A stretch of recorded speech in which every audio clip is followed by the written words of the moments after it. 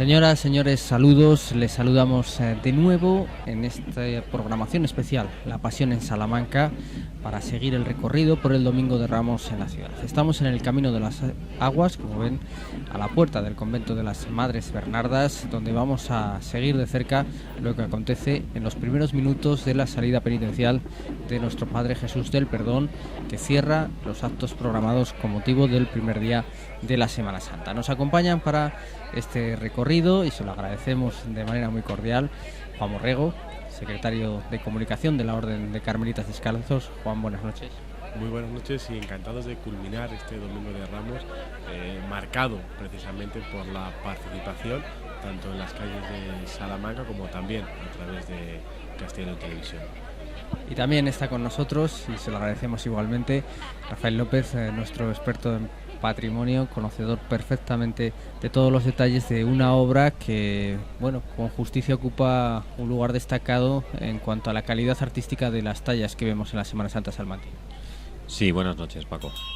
Indudablemente es una de las mejores tallas que disponemos en Salamanca, artísticamente hablando. Esta obra de mediados del siglo XVII es uno de los mejores ejemplos del barroco castellano que tenemos en Salamanca.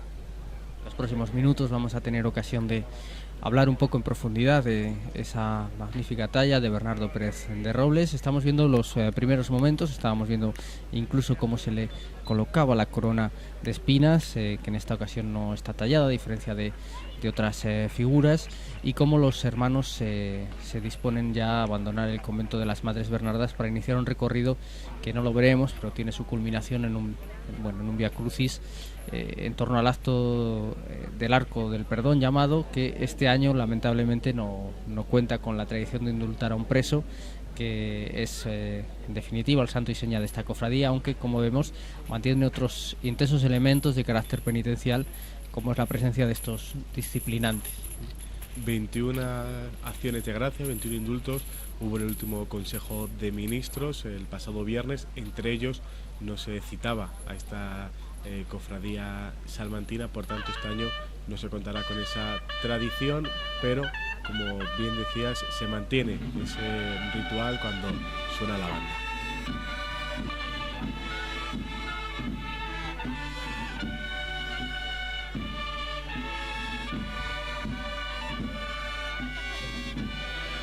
Está saliendo a la calle el paso Camino del Calvario, está acompañando la banda del Cristo del Perdón de Tordesillas.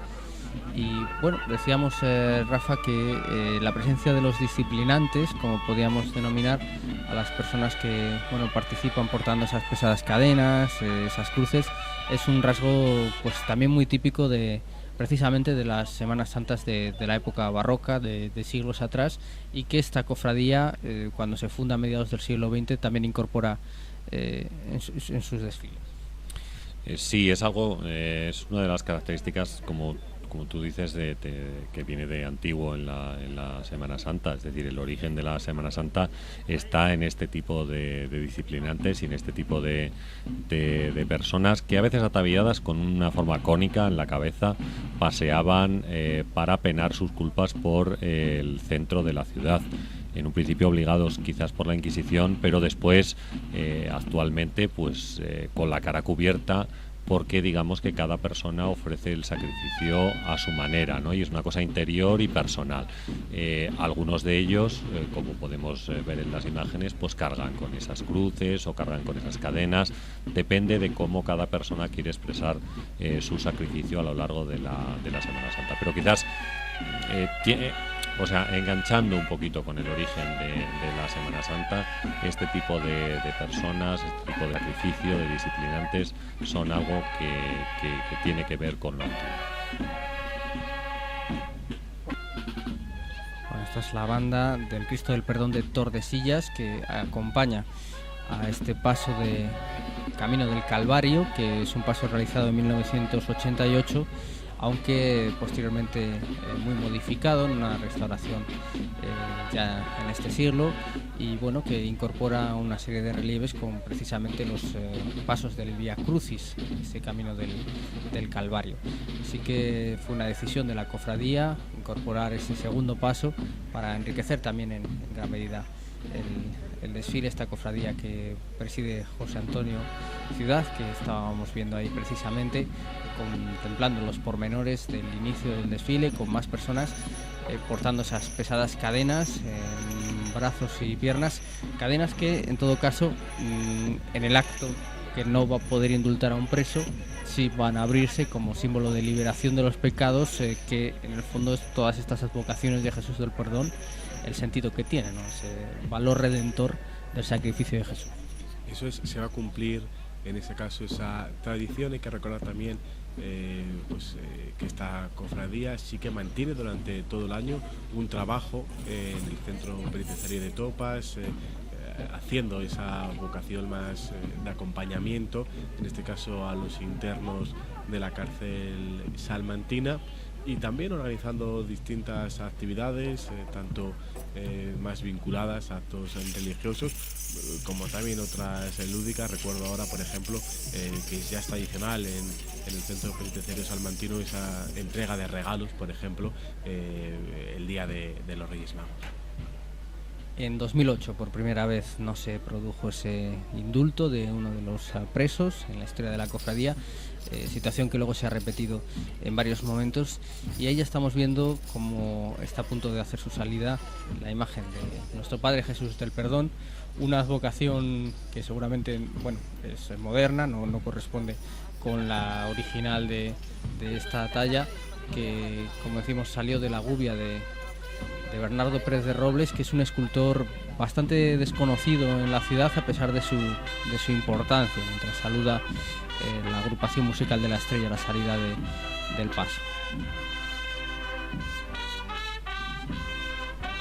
Bueno, tú decías quizás desconocido. Tenemos dos obras suyas en la ciudad, una que se conserva en la Venerable Orden Tercera, que también es un Cristo crucificado, y esta otra que, claro, la dificultad que tiene para el público y para los hermanos de la cofradía es que se encuentra en un convento de monjas de clausura. Entonces el acceso para poder contemplarla, para poder venerarla a lo largo del año, los fieles que quieran, pues no es tan fácil, ¿no? Porque es complicado, es un tema difícil. Entonces, claro, por eso quizás es menos conocida. Y el escultor en sí, es un escultor que trabajó en Salamanca, se formó en la ciudad, en la escuela castellana, con influencia sobre todo de Pedro Hernández, pero después él tuvo que emigrar, se marchó a Sevilla porque su obra era valorada sobre todo en Hispanoamérica, y entonces se marchó allí viendo una oportunidad nueva para su vida. De hecho, llegó a emigrar a América, estuvo en Perú, hay trabajos documentados en Lima, en Arequipa, y después en su vejez regresó de nuevo a Salamanca, que es el momento en el cual realizaría estas dos obras de las cuales estamos hablando, tanto el crucificado que está en la Venerable Orden Tercera como este Cristo que se encuentra en el convento cisterciense. Es curioso porque parece que en algún momento esta imagen, hay que recordar que la Cofradía de Jesús del Perdón es una filial, nació como filial de la Seráfica Hermandad de Nazarenos del Santísimo Cristo de la Agonía. En algún momento esta fue la imagen del Cristo de la Agonía, y la actual imagen del Cristo de la Agonía, que es una réplica de Damián Villar de ese crucificado al que aludías, iba a haber sido el Cristo del Perdón. Ahí hay unos cruces. Lo que pasa es que luego, cuando la orden de franciscanos, por el estado delicado de la talla, prohibió que siguiera saliendo en procesión, se quedaron las cosas tal y como las conocemos hoy. Es una curiosidad de, al final, tallas que vienen y van. En todo caso, esta diferencia de ese Cristo de la Agonía que se puede contemplar en el convento franciscano sí está policromada, que parece que no es un rasgo especialmente distintivo de la obra de Bernardo Pérez. Yo pienso que las imágenes son diferentes, es decir, no podemos comparar una con la otra.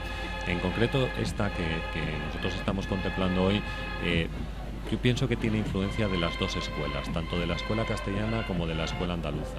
Por ejemplo, Gregorio Fernández, cuando realiza el Cristo crucificado, que digamos que puede ser un modelo, es un Cristo muerto, mientras que nosotros vemos que este Cristo está vivo, como era costumbre en la escultura sevillana, sobre todo en los modelos que podemos encontrar, como el Cristo de los Cálices, por ejemplo, que se encuentra en la Catedral de Sevilla y que también procesiona durante la Semana Santa. Pero bueno, después si vamos detalle por detalle, pues nos damos cuenta de que existen características de los dos lugares. Por ejemplo, el pelo mojado o la barba mojada, si pudiéramos ver un detalle de la cara del Cristo, lo apreciaríamos perfectamente. Es una característica de las obras castellanas y concretamente de Gregorio Fernández. O el tratamiento que tiene el paño de pureza, muy corto, con los pliegues muy cortantes, que están anticipando ya la escultura del siglo XVIII, pues también tiene que ver mucho con Castilla. En todo caso se dice así, ¿no?, de la obra de Bernardo Pérez de Robles, especialmente ese Cristo de Agonía, que incluso fue atribuido en algún tiempo a Martínez Montañés por Gómez Moreno, dada su grandísima calidad. Decía Juan que es un Cristo majestuoso, es decir, es un Cristo que está vivo, como nos decía Rafa, y que además en cierta medida está sufriendo, pero la cruz es al mismo tiempo su trono, ¿no? Es un Cristo que mira al horizonte y que anticipa mucho más allá, efectivamente, que la muerte no es el final. La muerte del social lo podemos ver sobre todo en esa cabeza más o menos erguida, pese al dolor, pese al sufrimiento, la mirada también mirando hacia el cielo, intentando seguramente, porque si nos ponemos en ese lugar tan difícil, ¿no?, intentando asimilar ese destino, ese que se cumpla la palabra, y choca al verlo hace unas pocas horas, al verlo entrar triunfante en esa borrica en las puertas de Jerusalén. Choca bastante ver esta otra imagen, y es sin duda el contraste que hablábamos esta mañana en la procesión, el contraste de hoy, Domingo de Ramos, que vemos la grandeza, es decir, el recibimiento entre vítores, aplausos, y ahora mismo pues, esa soledad de la cruz, que sí que es cierto que es el trono, pero que es una cruz de sufrimiento.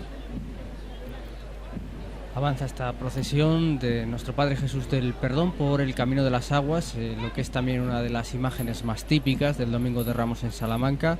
De nuevo, pues juventud también entre los cofrades de esta hermandad, bastante público en estos primeros metros, y ahí vemos a los penitentes con su propio sufrimiento, porque esas cruces desde luego son pesadas, y subir una cuesta tan prolongada y con tanta pendiente como el Camino de las Aguas, desde luego supone un auténtico sacrificio. En todo caso, decíamos que estos gestos sí subrayan ese carácter a lo mejor más propio de una tradición de Semana Santera, que aunque insistimos que es una cofradía fundada a mediados del siglo XX, pues sí quiso recuperar. Pues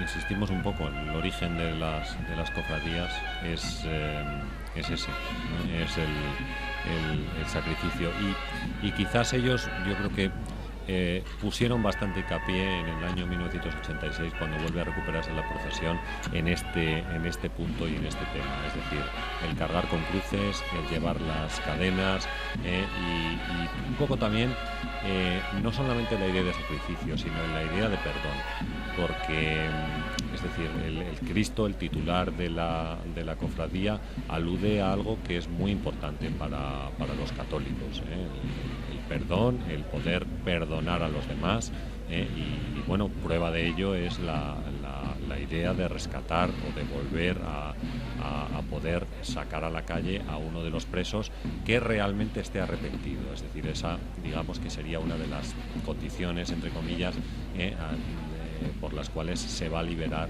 o se libera un preso que, como nos indicaba Juan hace un momento, pues este año parece que no ha podido llevarse a cabo.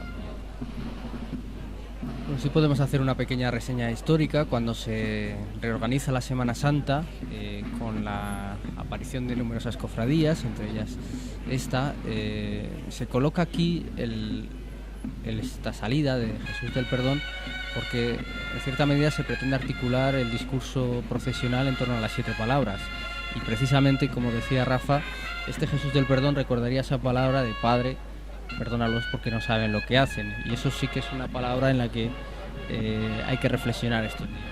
Hay que reflexionar sobre todo y bueno, hay que recordarlo, no tanto llevarnos a esa reflexión de aquel tiempo, sino reflexionar en el día a día, en nuestro avatar, en nuestro trabajo, en nuestros compañeros, en aquellas personas que tenemos cerca. Quizá la Semana Santa nos tiene, por supuesto, que hacer reflexionar sobre aquel acontecimiento histórico, pero eso tiene que trascender a la vida diaria, a nuestro devenir diario, y es ahí donde tiene que nacer esa reflexión profunda y sobre todo esa aplicación a la vida cotidiana de cada uno.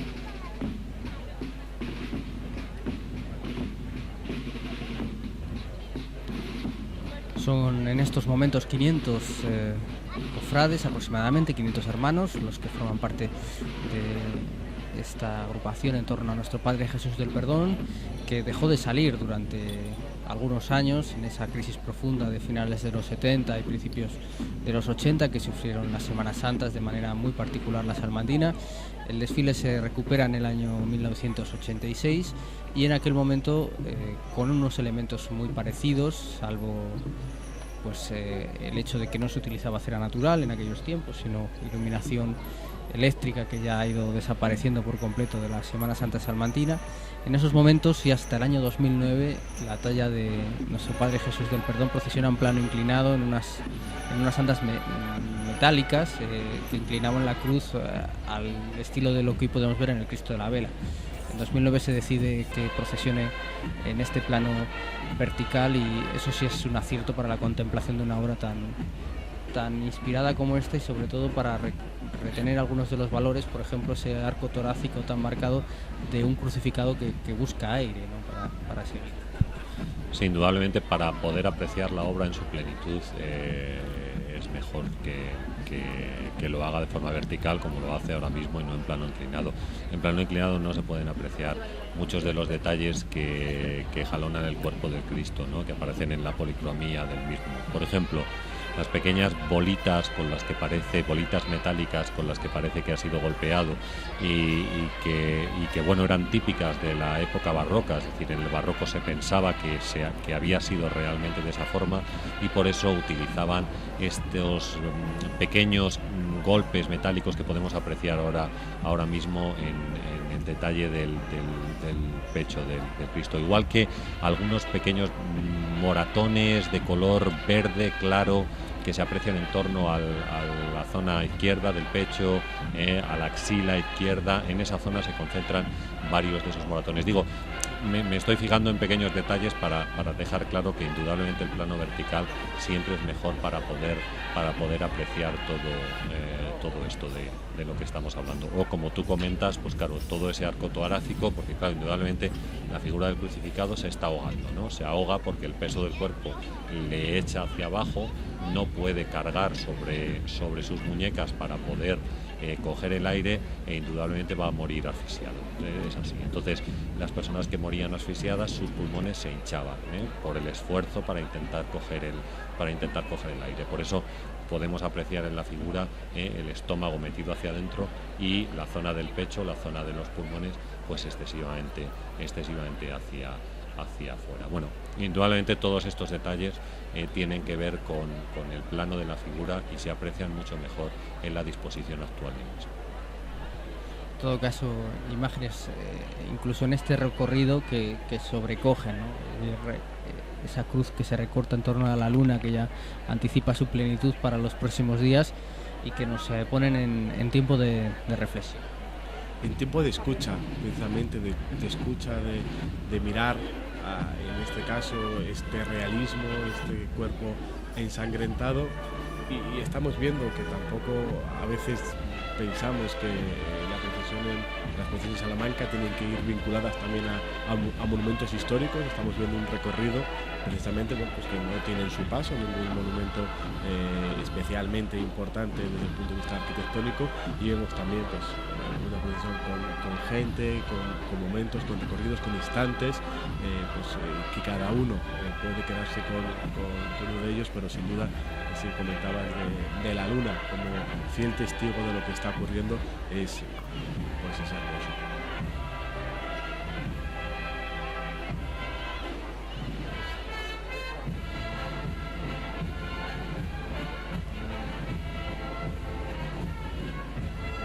Ese es el caminar, en este caso completamente sobrio, de este Jesús del Perdón, que sigue subiendo por el camino de las aguas al encuentro de un recorrido en torno al Parque de los Jesuitas, en este barrio salmantino, con partida y llegada en las Madres Bernardas, y que, a pesar de lo que comentaba Juan, pues reúne otros valores y ha sabido mantener una identidad propia desde la recuperación de este desfile en el año 86, como decíamos. Ahí tenemos esa presencia de disciplinas, de cadenas que, recordamos, se romperán en ese acto del perdón, que, bueno, ha sido ahora, hay que recordar o insistir que su razón es que pasaba junto, el desfile se pensó porque pasaba junto a la antigua cárcel provincial, hoy desaparecida, actual Centro de Arte Dados, y se sustituye ese paso por una oración en el Arco del Perdón, en la que este año han sido invitadas a participar todas las cofradías, por eso veíamos representantes de algunas de ellas. Pues sí, así es, claro. Originalmente, cuando se retoma la cofradía, la antigua cárcel de la ciudad estaba situada al lado del convento de las Madres Bernardas, y esa es la razón por la cual se piensa en recuperar esta imagen con vistas a que un preso pudiera disfrutar de un indulto durante la Semana Santa. Después la cárcel se trasladó, la cárcel de Salamanca actualmente está en Topas, y allí es de donde, cuando es posible, pues se indulta al preso. Como tú indicas, pues la antigua cárcel pasó a ser un centro de arte contemporáneo.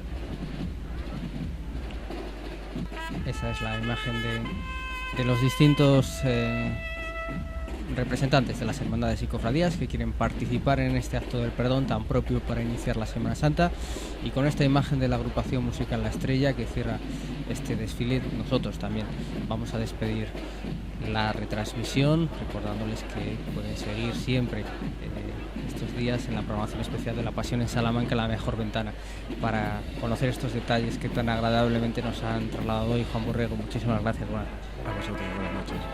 Rafael López, un placer como siempre, muchísimas gracias. Gracias a vosotros. Con la música de la Semana Santa les dejamos. Ya saben que tenemos por delante una intensa programación en torno a la Semana Santa de la ciudad. Muchísimas gracias.